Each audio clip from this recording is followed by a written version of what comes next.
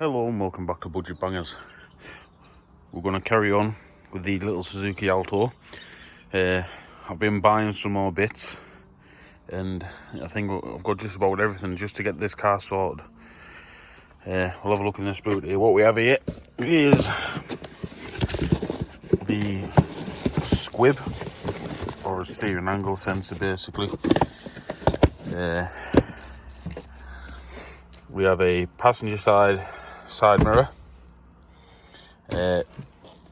Now the eagle-eyed viewers out there, if anybody noticed, I've gone for a black one, a black capped, quite simply because if we look down here, somebody's already replaced this driver side one and they put a black capped one on, whereas it would have had colour-coded one on. It's not going to make that much of a difference. If it needs be, you could take the caps off and paint them. Really, they were a little bit more expensive than I was thinking. They were like 55 quid. But for the sake of a few quid, I'd have to go and spend a tenner on a rattle can and paint the other side as well, and risk breaking that mirror. And really, it was just there's enough work to be done on this, so it'd be easier just to bolt on a non-colour coded one. I was surprised at how expensive that was. Obviously that there was £30, which there were some for 50, but I did a bit of looking around and saved myself 20 quid. And I have also bought a rear wiper arm, which I'm still waiting on, and I've also went and bought some new mats, new floor mats for the interior. Quite simply, I'm not going to waste my time cleaning them. The inside of the car's minging, and I think these mats will elevate such, and they were so cheap for what they were. The proper tailor-fitted mats, so they're designed for this car, and I managed to find some which had an option of having some coloured stitching put on, so I went for the red to go with the car, and I think this is properly going to elevate the car quite a lot, and they're not a bad quality. £11. It's just, it makes more sense just to spend 11 quid on some nice mats than, I'll be honest with you, I'd be on a lifetime trying to clean them mats, and they still probably wouldn't have even come up so good. So that's going to make the car that much more appealing. Other than that, obviously I said I've got the back axle. I just need to take that out. I'm probably just going to crack on doing some of the little jobs first. Obviously I'll leave the mats until the car is valeted, but I'll do things like the mirror. Just want to ease myself in. If I go straight ahead doing that axle, I'm probably going to put myself in a bad mood. So yeah, we'll crack on. I'll get this mirror fitted, and I might even do the squib. But yeah, we'll crack on. Right then, that's that done. That was an easy job, to be fair. Anybody with half a brain cell and a basic socket set be able to do that. You basically have this cover that goes over there, basically slots in, and has a little trim clip there, holding in, pops off no bother. You got 3 10mm holding it in place. This one a little bit awkward. You have to I kind of push that bit of plastic down with my socket and angle it a bit like this. So if you go on like that and then bend that down, it's not going to make any difference or anything. But yeah, easy enough done. So if we pop this, the fiddly bit really is getting that in place. That's about as fiddly as you get. Yeah, beautiful. The old manuals working as well. Yeah, Yeah, I think this is a second-hand unit. I thought it was brand new, but it looks second-hand. Yeah, just one little job that kind of transforms the car. I forget how minging it is in here as well. And it's smelling a bit. It's been sat over the weekend. It's festering. It's not very pleasant, I'm not gonna lie. So that's all you need to do that mirror. That's just basically a bit of a trim clip tool. Push it behind there, give it a lever, pop straight off. If you wanted to, you could use a screwdriver. You could probably even use a butter knife if you felt like it. Then it's just a basic 10mm socket. So yeah, there's one job done.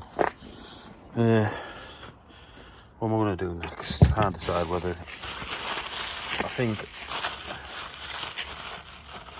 I might leave the squib for the time being because I'm going to be sat inside it and I'm on a bit of an angle with some axle stands, and I don't really want it falling off the axle stands while I'm doing the squib, so I'll probably crack on do the axle. It looks a bit of a simple one to do, nothing too extravagant, nothing too exciting.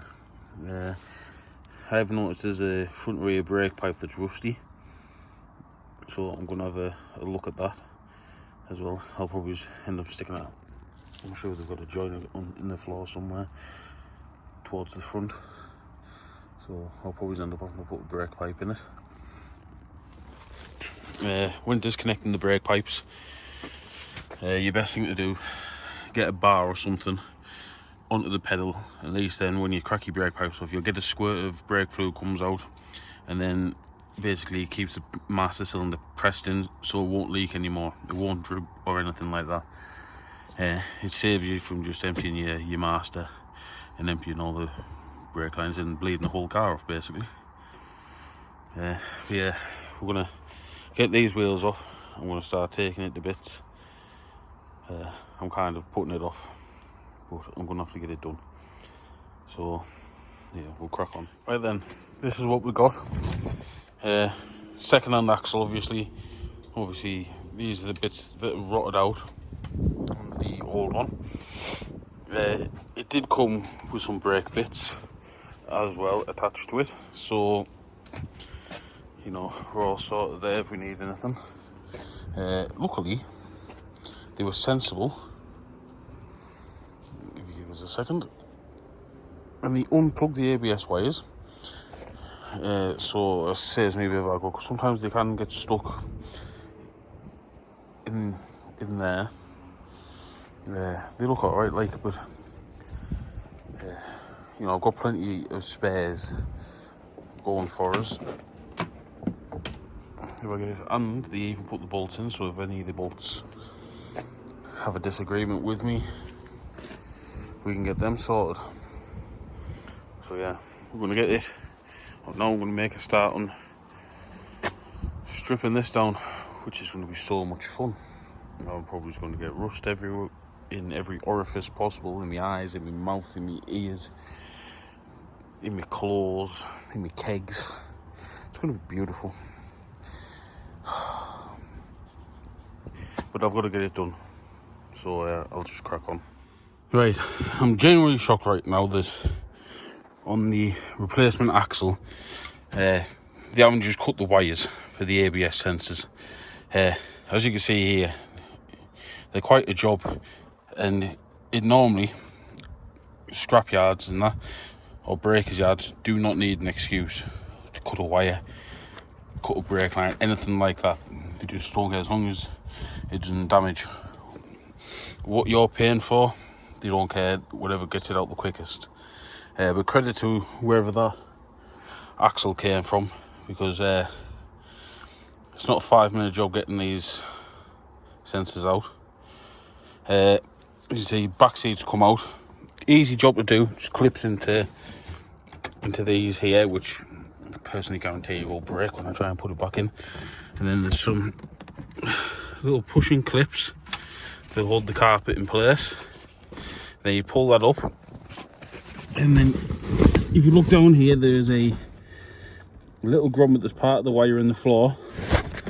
And then if you trace that wire, it goes all the way up to there. Why Suzuki thought that was a good idea, I do not know. Really, I was expecting to pop that grommet through when I was on the floor, and I was expecting the plug to be about here, so I'd put it through, unplug it, no bother. But nah, Suzuki have got a bit overboard, which is unusual. This is normally a German sort of idea, doing something stupid like this, but yeah, strange one. Yeah, so far so good, and we'll keep soldering on. Right then, I've got the axle out. Quite an easy job actually. I just thought I'd show you in references to how bad this old one is. I can't believe somebody's been driving it. I should have failed on its MOT a long time ago. Obviously, for a reference, this is the good one. Nice, nothing to cry over. A little bit of surface rust, but all in all quite solid, and it's quite thick steel. Whereas if we wander over to this one,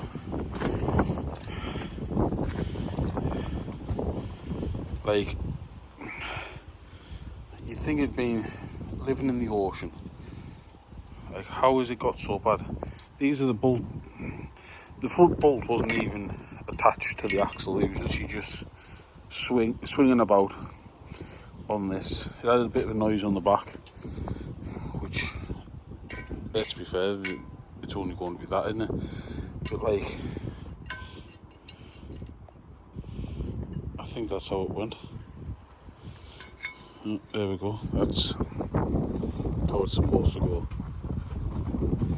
Like, it's basically rotted that much that these bits here have just snapped. And that's all that's left of this one. Like, how has this been missed on an MOT? This should have failed a long time ago. It should have failed on its MOT when it was like that.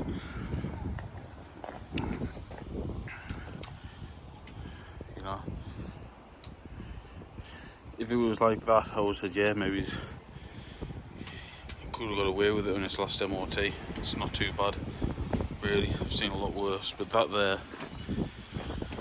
should have failed its MOT a long time ago.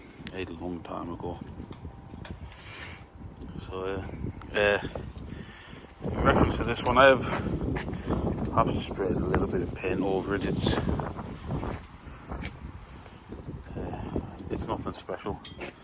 If this was your car, you wanted, and it was your pride and joy, I would say, yeah, strip it down properly, take it, get it shot blasted and powder coated, have it looking brand new. But I would say it would end up rusty in no time at all. Basically, all this rust here, it's setting. You could shot blast it, treat it, it'd slow it down, but it'd still end up rusty at some point. It's unfortunately Asian cars weak link, if you would say that, in terms of just surface rust. They just suffer from it. So yeah, we're going to get this back in. Nice easy job so far. We're going to say touch wood, but yeah, we'll keep cracking on. Hopefully in no time at all she'll be back on the floor. Right, it's the next day. Yes, I will apologise, I did have a load of footage all set up, but when I watched it back, it was just not usable. The weather started taking a turn, and yeah, you just couldn't hear me. I have been busy. I have fixed the traction control light. I've put the new squib in, which has sorted all that. I do have a fault on the rear ABS sensor. the one that came in the axle. I have just double checked to make sure that everything's right as it should be, and I took the one out of the older original axle and swapped it over, plugged it in just to confirm. Yeah, the one that was on the replacement axle is faulty, so I've got that to swap over. That'll be an easy job. But yeah, that'll be it for this video really. I just got to do them little jobs and yeah, get it all done, ready for MOT. But yeah, there'll be a link in the description down below for a trader friend of mine's challenge called Flipping Cars UK. His name's Lewis. He's just created a YouTube channel, so there'll be a link in the description down below for that, so if you give him a follow, that would be greatly appreciated. And all the usual links will be in the description for all my pages. And thank you for watching. I'll see you on the next one.